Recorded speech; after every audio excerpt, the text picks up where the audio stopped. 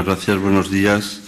Muchas gracias, Mercedes, a la secretaria Mercedes Galizo, secretaria general de Instituciones Penitenciarias, y a los directores generales y a todos ustedes, profesionales, muy profesionales, que es también un modo de decir a alguien que se compromete específicamente con una actividad, ¿no? Que profesa esa actividad, ¿no? Yo soy profesor, creo, y tengo una profesión que consiste en profesar la profesión que tengo, y esto es ser profesor, ¿no? Ustedes seguro que son profesores y en realidad esto es una forma de compromiso. Dicen que en la presentación se ha dicho que yo sé algo, pues yo lo voy a contradecir ahora mismo, diciendo que en una ocasión, interviniendo ante reclusos en un centro penitenciario, había unos 200 reclusos, un interno en el turno de preguntas, pues contó su historia,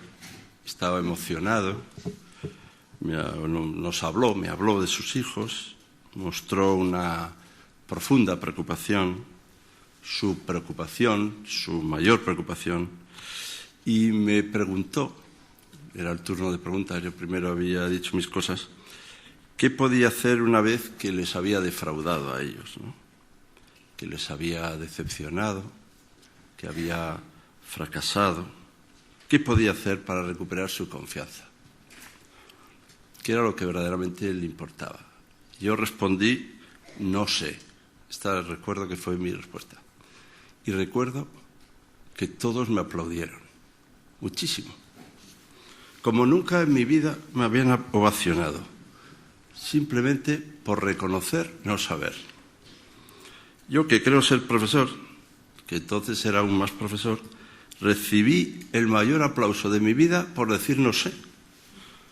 Es decir, por no hacer ostentación, por no sabérmelas todas, por no ir de marisabidillo. Luego, sin embargo, aunque no sabía, proseguí para indicar que aunque no sabía y no tenía recetas ni tenía soluciones, iba a continuar diciendo lo que pensaba, lo que sentía, lo que buscaba y lo que prefería.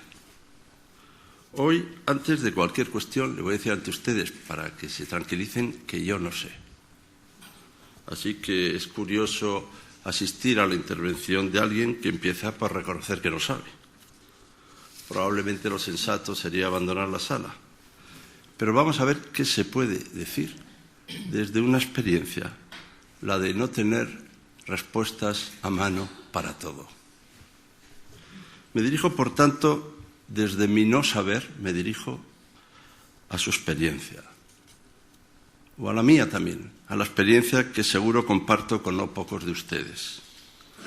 Nos reunimos aquí no tanto porque ya nos lo sabemos todo, sino porque estamos dispuestos a dejarnos decir algo, porque no nos lo sabemos todo y mejor que los demás. Así que esta actitud de sencillez, de humildad y de escucha es determinante si se quiere aprender y, por tanto, si se desea enseñar. Si alguno de ustedes cree que es inmejorable y lo sabe todo, pues yo le puedo asegurar que no tiene mucho que aprender, ni tiene mucho que hacer. Está culminado, completado, acabado, finiquitado, finado, muerto. Pero como yo sé que todos nosotros estamos buscando y que el buen profesor no es el que dice hazlo como yo, a ver si te enteras, sino que el buen profesor es el que dice hazlo conmigo. Como sabemos ya que en realidad toda enseñanza es una búsqueda también en común y compartida, una proximidad, yo lo primero que puedo decir es que hay una condición indispensable para enseñar, que es querer a aquel con quien se aprende. Si a ustedes les es indiferente, les son indiferentes aquellos con quienes trabajan, no les enseñarán nada. Ya sé que no es así. Basta pensar cuál es su opción personal, que están ustedes aquí y a qué se dedican. Pero quería señalar, porque entre todas las teorías educativas hay una que es irrefutable, que es muy bueno querer, apreciar, valorar y esperar algo de aquel con quien se aprende. Las legislaciones modernas establecen un marco jurídico específico en relación a la situación de las personas internas, los derechos, los límites de los mismos. Están sus condenas reconocidas, ustedes lo conocen bien, pero también conocen, y lo repasamos juntos, que el objetivo último es la reeducación y la reinserción. Así lo expresa la Constitución, ustedes lo saben mejor que nadie, reeducación y reinserción. De tal manera que las penas privativas de libertad y las medidas de seguridad están orientadas hacia eso, reeducar y reinsertar socialmente. No solo ustedes lo saben, sino diría que en algún modo ustedes han escrito este texto, en algún modo con sus vidas han escrito este texto. Ahora, si el fin del internamiento es la reeducación y la reinserción social, y este es un periodo para nuevas oportunidades de formar parte de la educación, la palabra respeto, además, es una palabra muy granuja, porque respeto en realidad significa mirar para atrás. No voy a hacer etimologías, pero si no me creen, miren en el diccionario. Es como mirar hacia atrás. Es tener como un cierto miramiento también, una cierta atención, una cierta consideración también para la propia vida. Y, por tanto, empieza por asumir también quién es uno. Desde luego que te quieren a los demás es dificilísimo, pero quererse uno a sí mismo se está poniendo complicado. Y por tanto el primer respeto, como es obvio, consiste en respetarse a sí mismo, mínimamente. Y esto debe ser difícil, por lo que he oído. Sé que ustedes ofrecen nuevas oportunidades, tienen que casi aprender a veces a andar de nuevo, a hablar de nuevo, a mirarse de nuevo al espejo, a encontrar nuevas destrezas, nuevas habilidades. Por eso la labor de quienes participan en el trabajo diario en los centros e instituciones penitenciarias tiene el sentido de procurar que el interno no quede excluido de la sociedad, que reciba las pautas para su retorno y que durante el tiempo de internamiento se fortalezca, se reafirmen los vínculos con la sociedad, los lazos familiares, profesionales, sociales, que busquen su integración en la comunidad de la que forman parte. Estas jornadas, módulos de respeto, yo les voy a decir alguna cosita que ustedes saben bien, pero yo ya les he dicho que yo no sabía nada más. Yo he visto que este nombre fue un sistema creado en el Centro Penitenciario de Mansilla de las Mulas en León en el año 2001, o sea que es una experiencia de 10 años. Y estoy seguro que ustedes están deseando compartir esta experiencia. También hay una suerte de separación y esta separación también se ha entendido que es beneficiosa para el aprendizaje, para transmitir valores de convivencia, de compromiso, de respeto, de responsabilidad personal y colectiva. Me parecen unas oportunidades excepcionales para la inclusión social. Me parece que es importante no solo para los internos, es importante para todos nosotros los ciudadanos que no estamos trabajando ahí. Yo les quiero transmitir el agradecimiento y la percepción social que tenemos de que es determinante lo que ustedes hacen para la equidad, para la igualdad de oportunidades. Es bueno para los reclusos, es bueno para ustedes también y es bueno para toda la sociedad. Yo no vengo tampoco aquí a bendecir lo que ustedes hacen, pero sí quiero decirles que nos hemos fijado en lo que ustedes hacen y que se lo agradecemos de verdad. Oportunidades para los reclusos porque allí se procuran también espacios de responsabilidad compartida, hay procesos de reeducación en valores esenciales, hay unidades como escuelas de convivencia para reeducar en normas básicas de relación entre personas, en un gran ejercicio de responsable de la libertad. Los objetivos son profundamente educativos y en realidad consiste simplemente en llegar a ser alguien en verdad libre. ¿Cómo se llega a ser alguien en verdad libre? Es un asunto para los internos, pero es un asunto también para los externos, porque ahí tenemos todos una tarea muy importante que hacer, porque no es suficiente no estar privado de movilidad. Así como tener salud no es simplemente no tener enfermedades, porque hay gente que no tiene enfermedades y no tiene ninguna salud. Así como la paz no es solo la ausencia de guerras, porque a veces no hay guerras y no hay paz. Tampoco la libertad es simplemente el no carecer de posibilidades de movilidad o el estar recluido o internado. La tarea de llegar a ser libre es una tarea esencial en toda persona y es la tarea en la que consiste exactamente vivir. Probablemente la labor más difícil, espero yo ahora tengo que imaginar lo que ustedes me dirían, porque en realidad hablar a los demás es hablar desde ellos, no solo hablarles a ellos. Así que yo me pongo en su lugar y me imagino su tarea y supongo que lo más difícil debe ser lograr que un interno tenga autoestima,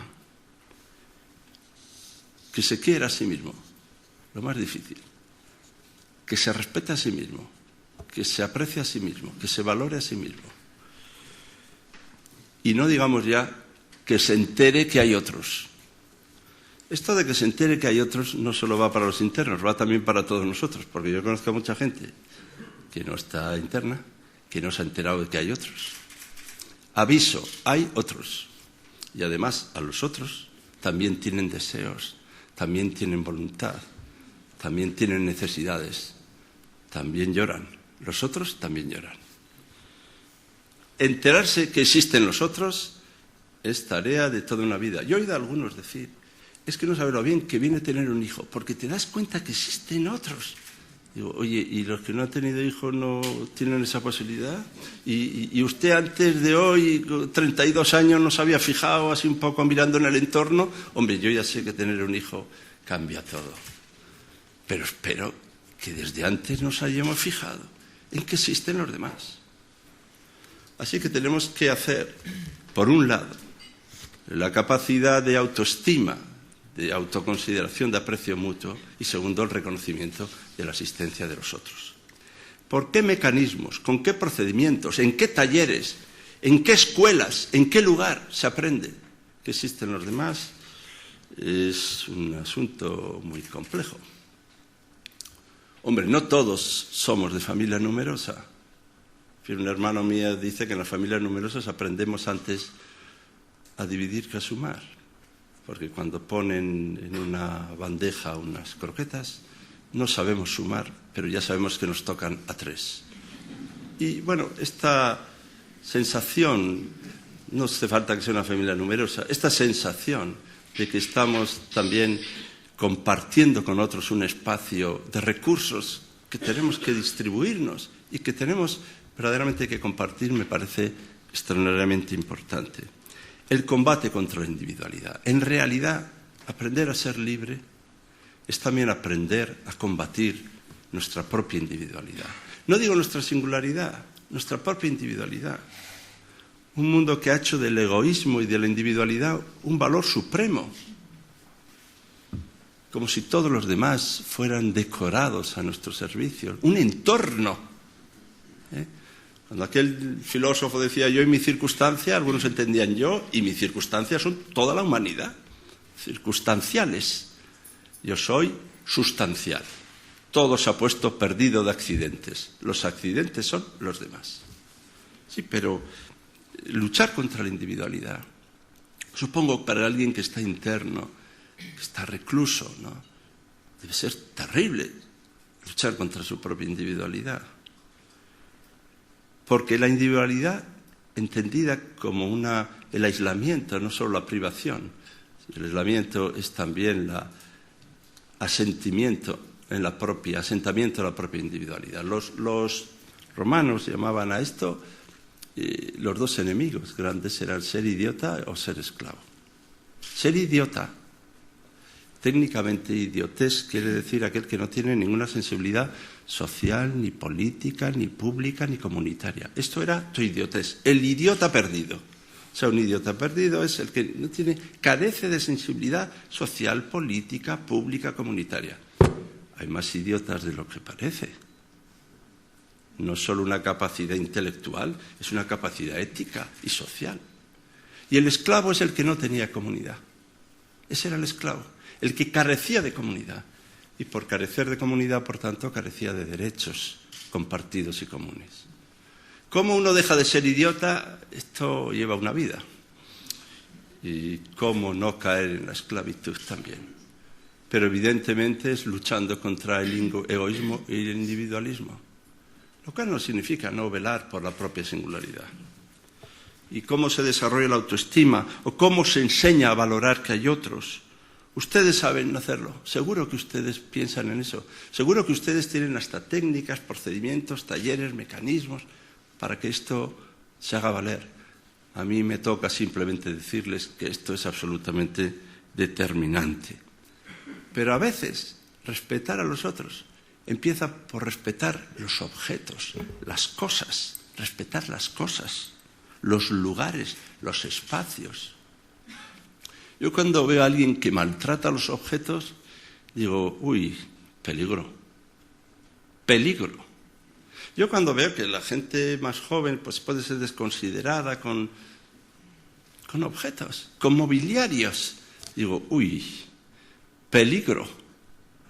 Aprender a amar los objetos, a cuidar los objetos, a que nos importen los objetos, su sencillez, su belleza, su utilidad, su sentido. Es toda una escuela. Así que también tenemos que aprender, además de a tratarnos entre nosotros, a tratar con las cosas, con la propia indumentaria, con los objetos que utilizamos, con aquello que damos por natural que esté a nuestro servicio, con aquello que ha habido en nuestra casa desde siempre, pasta de dientes y jabón. Pues solo faltaba. Uy, la pasta de dientes y el jabón. Es toda una historia lo que hay ahí detrás. El esfuerzo, el trabajo que hay ahí. Bien, como no hemos estado todos en la guerra, podemos suponer lo que eso quiere decir. Y aún más, porque vamos a ir avanzando en valores, desarrollar la idea de que alguien te necesita. Bueno, la idea de que necesitas de los demás es una idea que lleva su tiempo, pero la experiencia de que alguien te necesita. Vamos a ponerlo más grandilocuente, la experiencia de que el país te necesita. Aprender a tener una vida singular, ya digo, es determinante, porque nadie vivirá tu vida, nadie va a vivir tu vida, nadie dirá tu palabra, nadie morirá tu muerte, nadie. Esta singularidad que nos hace saber que nuestro destino es un destino solitario y de trabajo y de lucha. Saber que no solo eres mano para el trabajo, sino que eres también mano para estrecharla a otros, mano amiga, mano necesaria, alguien capaz de pensar, soñar y desear. Alguien capaz de pensar, soñar y desear. Claro, esto lleva a que cuando uno trabaja, ustedes me estarán mirando como diciendo, este señor no sabe lo que es una cárcel, ¿no? Digo, pues por eso me han traído aquí, para hablarles, por eso. Pero yo estoy seguro que ustedes son bien conscientes de que en cada recluso hay un ser humano capaz de soñar, de desear y de pensar. Y si no, no sé lo que quiere decir respeto.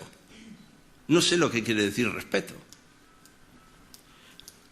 Porque ni la educación es un lugar de adiestramiento, ni los centros, ni los colegios. Un lugar de adiestramiento profesional. Es un lugar donde queremos y creemos en la necesidad de cultivar ciudadanos activos y libres. Ahora, la verdadera recuperación también consiste en comprenderte y perdonarte a ti mismo. Que te perdonen los demás está difícil, pero lo más difícil es perdonarse a uno mismo. Yo cuando le veía a aquel muchacho de unos 30 y tantos años con 3 hijos que me decía, ¿qué puedo hacer? ¿Qué puedo hacer para que mis hijos me perdonen? Desde luego era evidente que el que no se perdonaba era él a sí mismo. Perdonarse a sí mismo no quiere decir ser indiferente respecto de lo que uno ha hecho, ¿no? Pero nada es más doloroso que el no perdonarte a ti mismo.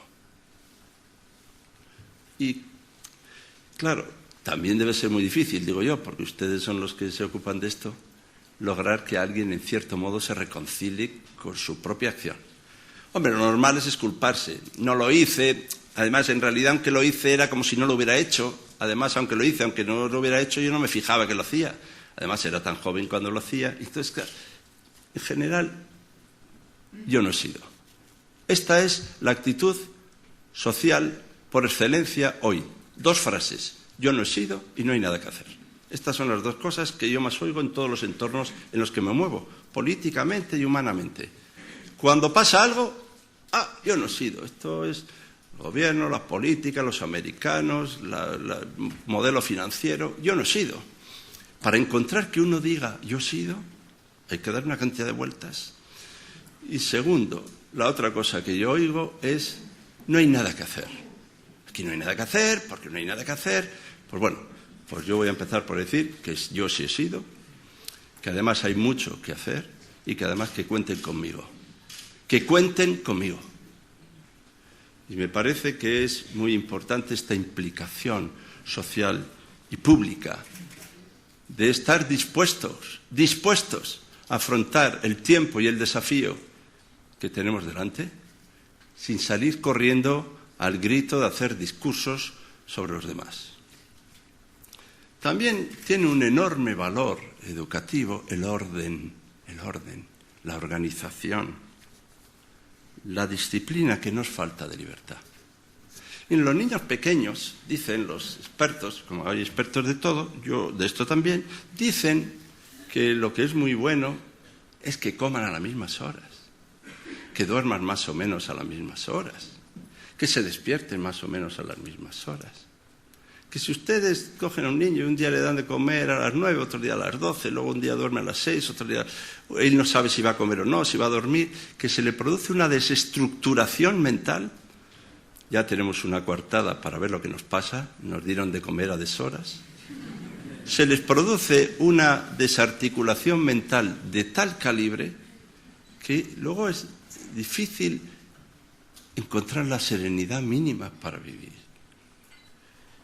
Este horario más o menos articulado y vertebrado de una vida razonablemente organizada, la rutina del orden organiza la mente. Miren, yo tampoco estoy haciendo una llamada a que ustedes no se descompongan cuando haga falta, pero es que incluso para descomponerse hace falta algún orden. Yo recuerdo un escritor famoso, Millás, ¿no? Hablando con él de los hijos, una vez decíamos, es que ¿tú a qué hora le dices que lleguen los hijos a casa? Y entonces uno dice, a las 3 y otro, yo a las 4. Dice, yo le voy a buscar a las 2 porque como es chica, bueno. Otro, yo vengo, cada uno tenía una teoría. Y entonces ya decidimos que la teoría era que lo que había que hacer era poner una hora. No sabíamos cuál era la hora, pero sabíamos que tenía que haber una hora. La última vez que me encontré con el señor Millar me dijo que él ya a su hijo, ahora supongo que se habrán hecho mayores, le dijo que a las 5:15. Él es un poco surrealista. Y dijo, a las 5:15, como un clavo allí. Y dice, bueno, lo que tratábamos de decirnos era que es determinante que alguien te espere, que es determinante que a alguien le importes, que es determinante que alguien te reclame en una condición determinada, que es decisivo, que sepas que no da lo mismo una cosa que otra y que es importante que te regules para cumplir esa posibilidad. Por tanto, no entiendan de lo que les he dicho que estoy fijándoles la hora.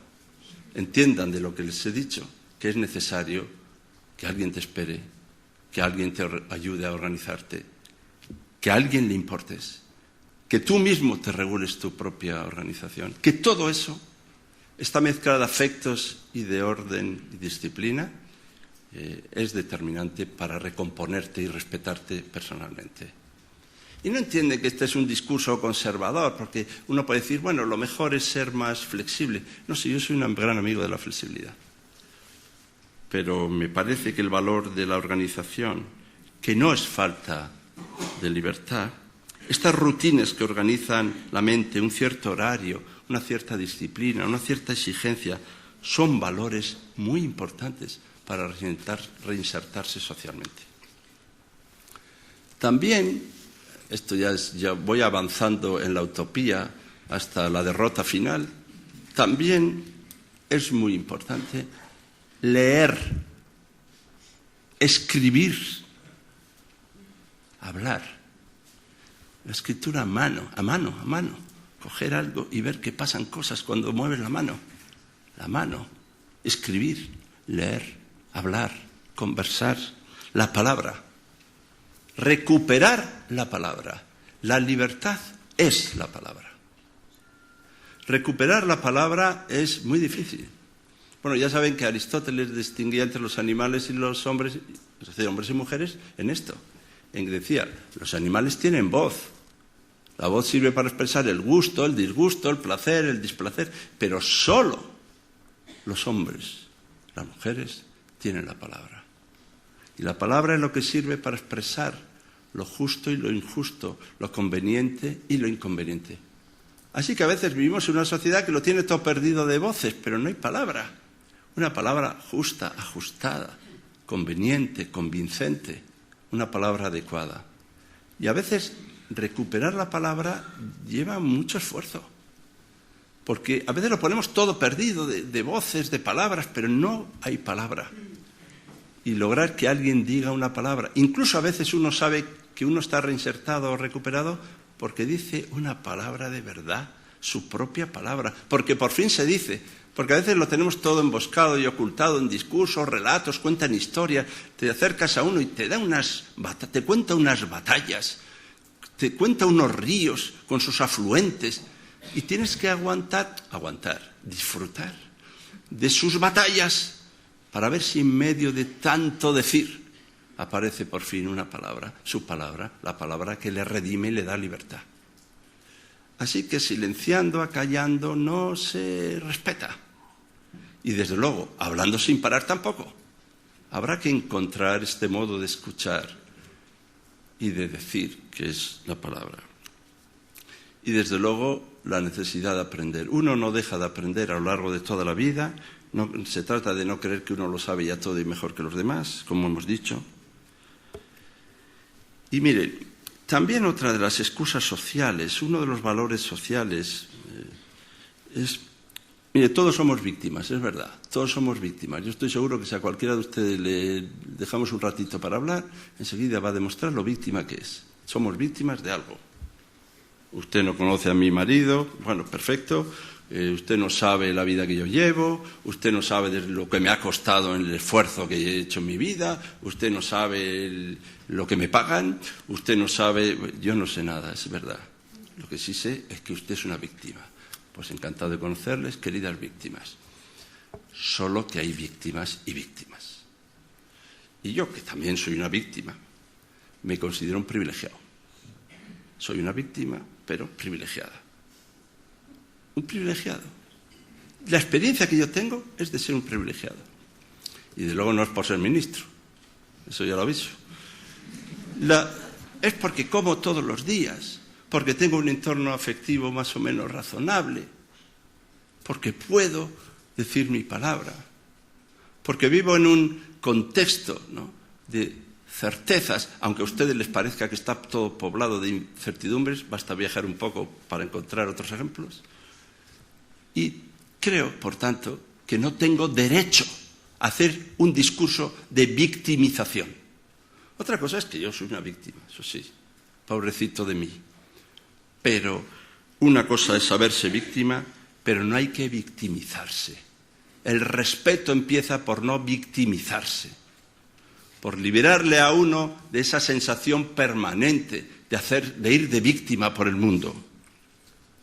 La mayor exclusión es la exclusión del conocimiento. Esa es la mayor exclusión. Si quieren ustedes excluir a alguien, no hace falta ni que lo encierren, basta que lo excluyan del conocimiento. Y la mayor inclusión es el conocimiento. Señalar, aprender que la mayor forma de reinserción social es el conocimiento, que es el mayor valor social, que estamos en la sociedad del conocimiento, que nada redime más que el conocimiento, que es el mayor bien, el más extendido, el que nunca se agota, el que siempre se genera, el que siempre procura oportunidad, el conocimiento. Esta búsqueda, esta necesidad de conocimiento es clave. También quería reivindicar el cuidado y el cultivo del cuerpo. Miren, es muy importante cuidar el cuerpo. Bueno, alguno dirá, ¿y el alma? Bueno, luego del alma hablamos dentro de un rato, que yo de esto sé menos. El cuidado del cuerpo. Puestos a hablar de cárcel, Platón decía que el cuerpo era la cárcel del alma. Puestos a, ya que hablamos de cárcel, la cárcel del alma. Lo que pasa es que si luego uno mira el texto, la palabra cárcel que emplea Platón no es la palabra cárcel, dice frourá. Y frourá significa velar, vigilar, mimar, cuidar. El cuerpo vela del alma. El cuerpo vela como una madre o un padre miran la cuna a ver si el niño respira. Cuando esa frase le dice él a ella y ella a él, anda, levántate tú, en ese momento fundamental. Cuando miramos un niño recién nacido, a ver, toda la noche, mirando a ver si respira. No vaya a ser que deje respirar y tenga una muerte súbita, toda la noche entera, por relevos. Está velar, vigilar, mirar, mimar. Esto es lo que hace el cuerpo con el alma. Esto es lo que dice Platón. Nosotros llamamos la cárcel. Vela por el alma. De tal manera que un cuidado del cuerpo está velando y mimando otros valores. Y por eso la lucha contra las adicciones, la liberación del propio cuerpo, el ejercicio, la higiene, el cuidado, la alimentación sana, la vida equilibrada corporalmente, vela por el alma. Así que el descuido del cuerpo es un descuido del alma. Y no empleo el alma en un término religioso ni convencional, sino estoy hablando del espíritu de alguien. Así que cuando estamos mal y no sabemos qué hacer, pues higiene, ejercicio, alimentación sana, y ya verán cómo va pasando no sé qué, que de repente el espíritu se siente más cuidado. Hombre, se pueden hacer cuidados directos del espíritu, pero bueno, esto lleva más tiempo, ¿no? La lectura puede ser uno, pero yo creo que la reinserción también tiene que ver con el cuidado y el cultivo del cuerpo, la estima también del propio cuerpo. También es muy importante no tener miedo a desear, a soñar, a querer, a pesar de tantos fracasos. Cuando la vida no va bien, hay una cierta tendencia, pues ala, que se fastidie, que me fastidie, ya no deseo más. He tenido tantas decepciones, tantos fracasos, tantos sinsabores, que ya tengo la solución, la ataraxia.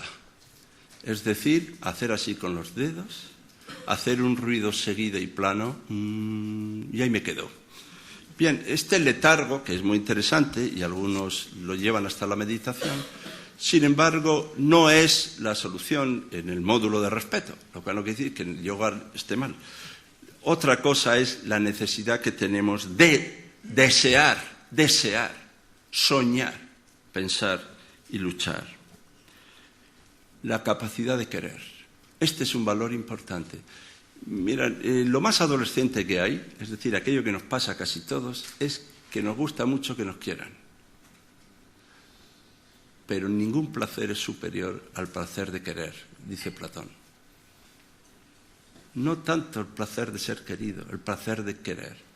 Y la madurez de que alguien en un momento pueda sentir el placer de querer a alguien es liberador. Y yo estoy haciendo un discurso de cómo llegar a ser libre. El adolescente siempre está diciendo que nadie me quiere, que nadie me comprende, que es que sí, por supuesto, nadie te quiere, ni te comprende, ni te aguanta. A veces con razón. Yo lo único que digo es que es indispensable también querer uno. Y por tanto, yo tampoco sé cómo en un módulo de respeto se le enseña a alguien a que quiera a alguien. Pero ¿saben lo que les puede pasar? Una cosa muy interesante que les habrá pasado. Que a quienes les quieran es a ustedes. A ustedes. Porque de luego cuando uno ha sido a veces profesor de algo, lo que se da cuenta es el afecto enorme que puede llegar a sentir alguien por alguien o el uno por el otro. Nadie sabe que cuando los estudiantes cambian de curso, a veces el profesor les echa de menos. Y quizá algún alumno eche de menos a su profesor o a su profesora. También la importancia del trabajo bien hecho, del cuidado profesional, con competencia, hacer las cosas bien, ¿no? Yo recuerdo, menos en mi casa, yo tengo algunos hermanos periodistas y yo recuerdo el día que uno de ellos dijo en casa que iba a hacer periodismo y recuerdo cómo lloraba mi madre, porque para mi madre, un chico que sacaba buenas notas, ser periodista le parecía que iba a ir vendiendo por los kioscos cosas, o como le debía sonar como a trapecista o domador de leones o algo así en aquel momento. Luego no le ha ido tan mal, pero lo que sí sé es que mi padre le pareció muy bien. A mi padre, porque mi padre decía lo que importa es hacer las cosas bien. Hacerlas bien, lo que sea. El trabajo, el oficio más modesto, más humilde del mundo, hacerlo bien. Ser bueno en eso.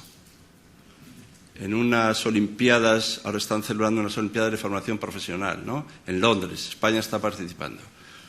Bueno, pues una vez que iban a esas Olimpiadas, a un chico le dije, tú participas, y leí el texto, ¿no?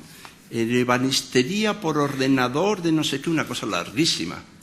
Y me dijo, yo quiero ser carpintero. Y me encantó. Buen carpintero, un buen carpintero. Casi le molestaba todo aquel nombre tan sofisticado. Él quería ser un buen carpintero.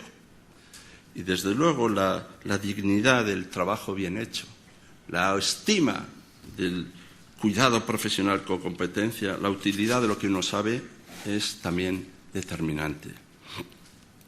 Nadie sabe cómo uno llega a aprender, pero la curiosidad es determinante, despertar la curiosidad. La curiosidad es la labor fundamental del aprendizaje.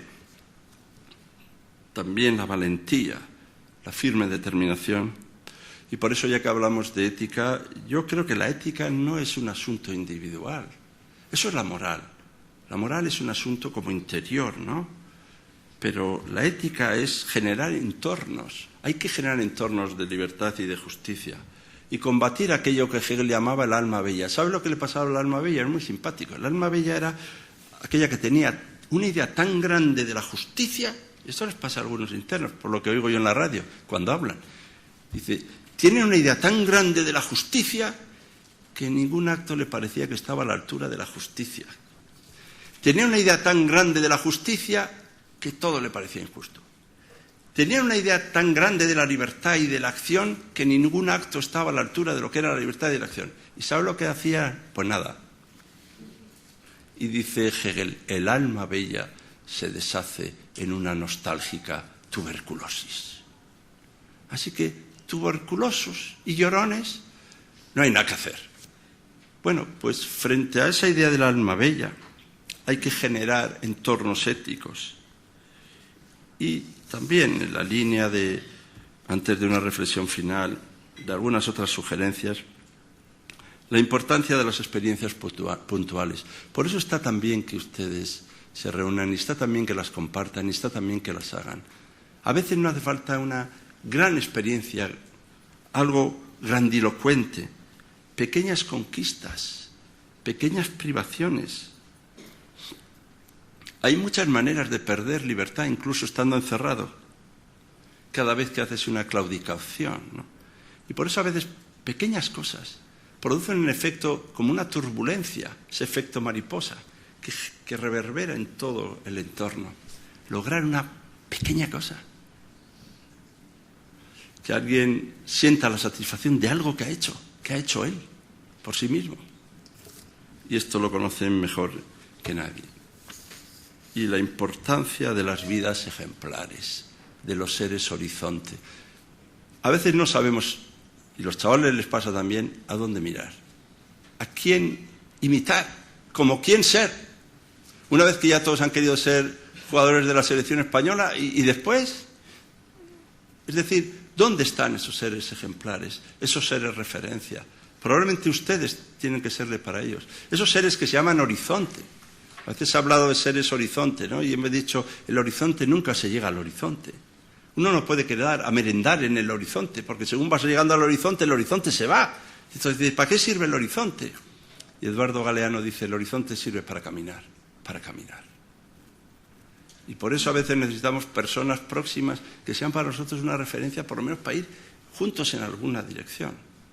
Sé que es muy exigente lo que les digo, en realidad me lo estoy diciendo también a mí mismo, pero les puedo asegurar que se enseña por contagio, por contacto, que no solo se contagian las enfermedades, también se contagia la salud. Y por eso es muy importante lo que ustedes hagan, cada gesto, cada movimiento, cada palabra. Si esto es relevante en términos generales para toda la población, es mucho más importante para aquellos que están privados de libertad, para los profesionales, directores de centros, instituciones penitenciarias, psicólogos, profesores, trabajadores sociales, juristas, funcionarios de prisiones. Estos módulos de respeto ofrecen, yo creo, el espacio idóneo para desempeñar esas tareas. Son un reto. Y quiero deciros, ya según avanzo os tuteo, quiero deciros que para la inclusión social estoy seguro que es un trabajo de enorme complejidad lo que hacéis. Sé que habéis defendido siempre la entrega, de formar en conocimientos y destrezas, pero también en valores. Por eso me he permitido dirigirme a vosotros en este tono más de valores que de recetas. Yo no sé lo que hay que hacer. Yo solo sé qué valores me parece que tenemos que defender. Quiero hacer este reconocimiento público a quienes desempeñáis estas tareas en todos los centros de reclusión e internamiento en las prisiones españolas. Yo lo hago en nombre también, pues, modestamente del Gobierno, de los que trabajamos por la educación en este país. Muchísimas gracias. No siempre tiene mucha visibilidad lo que hacéis. También agradezco que haya medios de comunicación aquí que entienden que esto tiene importancia. Esta dimensión social, solidaria y de compromiso,